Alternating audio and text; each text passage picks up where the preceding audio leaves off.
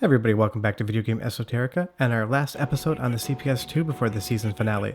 We're taking a look at Vampire Savior 2, The Lord of Vampires, also known as Darkstalkers 3 in North America. And when I mentioned in Street Fighter Alpha 3, when I debate whether that game or another game is my favorite fighter on the CPS 2 system, this is the other game I am referencing. The character roster is much thinner. The gameplay is amazing though, the visuals are great. I enjoy playing this more than I enjoy playing Street Fighter Alpha 3 just because I'm better at it and it controls better to me. But you could have an argument for hours on end whether or not this game is better or worse than Street Fighter Alpha 3, and at the end of that argument, you still wouldn't get people to change their minds. I really like the overall gameplay style of this. Compared to having rounds, you have 2 life bars, and when you defeat a character in round 1, the game instantaneously starts right from where you left off. You keep your health bar where it was, and your opponent, or if you lose, you get a complete health restore, and you start right from where you left off. As far as the game setting is concerned, you kind of get this horror gothic vibe to it.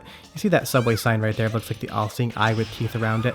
There's definitely a lot of things going on in the background that really sell the overall vibe and storyline of the game. Now, as far as gameplay is concerned, it's not just pretty to look at, there is a huge amount of depth going on here. Each character has their own set of special moves and moves that you would normally have in a fighting game like any other game, but how it controls, how the overall gameplay moves, how the pacing is concerned, I just absolutely love it. These character portraits, they're great as well. The game just has every single component that goes into making an entire package that you're really going to enjoy. Now, the downside of this game is that it does have a limited character set. It was released on the CPS 2 as well as the Sega Saturn, and the Sega Saturn version uses the 4MB RAM cartridge to get as near to arcade perfect as possible, but it was also released in North America as Darkstalkers 3 EX Edition for the PlayStation 1. That adds a lot of gameplay elements and different characters that weren't in the original arcade game, but the gigantic trade is that you lose a lot of frames of animation and the game just doesn't play as smoothly. I kind of wish Capcom had released this board again with all those extra characters, maybe in like 2001 or 2 towards the end of the life of the CPS 2 for one more game, but generally, if you want to play the best version of this game, play either the Saturn or the CPS 2 version. If you want the most amount of characters available, go ahead and pick up that PlayStation 1 version, but do know that it's going to be a lessened experience as far as the graphics and sound are concerned. If you do want to pick up the original CPS 2 version of this game, you're looking around $300 to $400 for this particular version. Now, there are a lot of games in the Vampire Savior and Darkstalker series for the CPS 2, and some of them are no more than $100 for the cartridge. They're not my preferred game in the series, but if you want to get a good collection going, they're a great place to start because on a good day, you can get one of these games for around $100, and it's 100% worth it. I do love this stage in particular, all those different animations in the back. You've got that little ball on the chain swinging through there. You've got that blue fire burning in the background. And then you have a wheel with spikes on it that's rotating around. And I would say that this game has more background animation than Street Fighter Alpha 3. And that's something particular in fighting games that I absolutely love. All those little touches in the background. I know you don't have a ton of time to look at them because you are supposed to be fighting, but I do love just kind of like getting those little bits of detail in the background that give you a bigger vibe of what's going on in that particular stage. So I'm going to the Felicia Fight, and the perspective on this one is totally crazy. I'm pretty sure we are fighting on the side of a building, just based upon that scale, and the helicopter rotating in the background where you can see the top. It's just a fun little visual trick that I definitely like to take a look at. What I'm going to let you do is watch a little bit of gameplay without me talking. I'll come back to close out the video and talk a little bit more about the game. And then next Tuesday, we will be into the season finale of the CPS 2. But enjoy the gameplay. I'm back in just a second.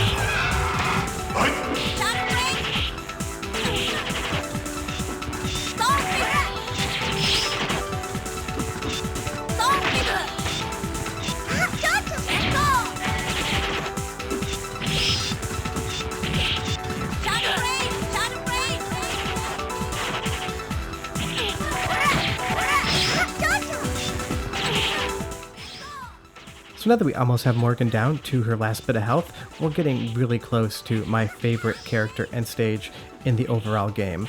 I do love the stage as well, that big giant Dr. Wily looking castle in the background with that horror theme. There's a lot of fun things to look at, but this stage coming up just has absolutely so much detail and so many funny and interesting animations that I can't help but absolutely love it. I bet if you played this game before you can guess, but we're now going to Iron Horse, Iron Terror, Pyron. And this, I don't know what it is about the stage, but when I first saw it when I was a kid playing in the arcades, I loved it. You've got this giant horror train with that big eyeball. You've got the skeleton conductor having a smoke. You've got that big mouth there on the train, which shows up in Marvel vs. Capcom 2 as well. That mouth is apparently a Capcom thing. Don't really know the details behind that, but it is something going on. You got that secondary mouth on that smokestack up above, kind of breathing in the air. I just love it. It's got so much character, so much charm to it.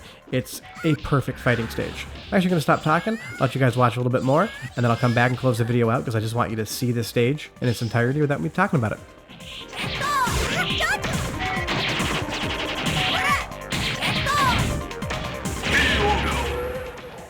You even get those weird eyes that open up when you beat the character, Pyron, and you do get some extra bits of animation when the stage actually ends in Vampire Savior, and that's just a little fun extra tidbit that Capcom threw in there for us to take a look at. Totally unnecessary, but it shows the love and dedication that Capcom had when they developed these games.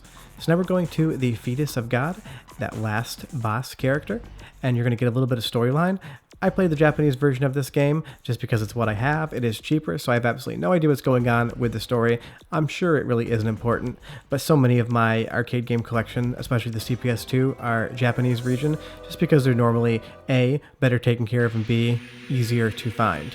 And they're definitely not joking around with that fetus thing. You have a baby with an exposed brain, wings, yellow eyes, and an umbilical cord going into him as you fight Jeddah, or Jeddah, not really sure how to pronounce it.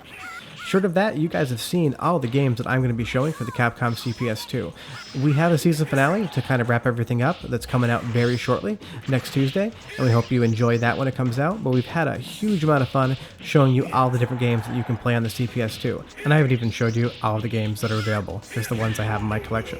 Short of that, hope you enjoyed this season. We'll be back on Tuesday with the season finale. If you want to follow us on Instagram, you totally can, Chicago Game Collector. Otherwise, go ahead and hit that like and subscribe button, it helps us out. And we'll see you guys next Tuesday for the season finale on the Capcom CPS2 arcade platform. Have a great week. Bye-bye.